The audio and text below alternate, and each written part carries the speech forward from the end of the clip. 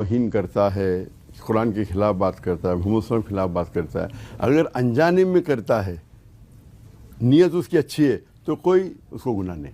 ठीक। लेकिन अगर कोई पॉइंट आउट करता है तो वो सॉरी बोलना चाहिए, इस्तिग़फ़ार करना चाहिए। अगर कोई जानबूझ के भी करता है, शैतान भड़काता है, फिर भी उसके बाद तौबा करता है तो उसके लिए इंशाअल्लाह अल्लाह गुनाह माफ़ करेगा। तौबा के 5 उसूल होते हैं। नंबर 1, जो आप गलती करते हैं उसे मानो गलत है।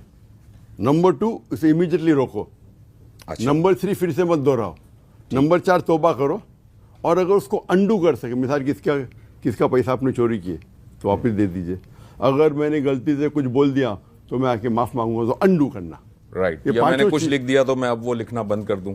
बंद कर दो एक चीज़ है, और बोलो भी क्या मैं लिखा गलत नहीं, गलत। अच्छा, अंडू कर दिया आपने। ठीक। ये किए तो इंशाअल्लाह अल्लाह माफ़ करेगा। शिर्क भी किए तो तौहीन तो दूर की बात।